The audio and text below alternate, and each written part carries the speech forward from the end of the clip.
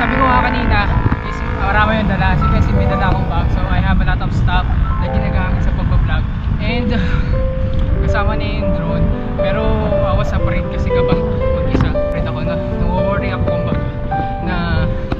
maglabas-labas ng mga gamit-gamit, kasi ano yung takaw sa ating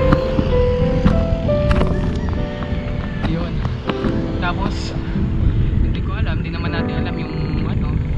yung lugar, basta to avoid yung mga ganung pangyayari, huwag ka na lang magdala. Pero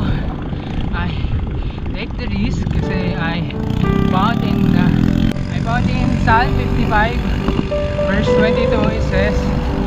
give your worries to the Lord and He will care for you, and He will never let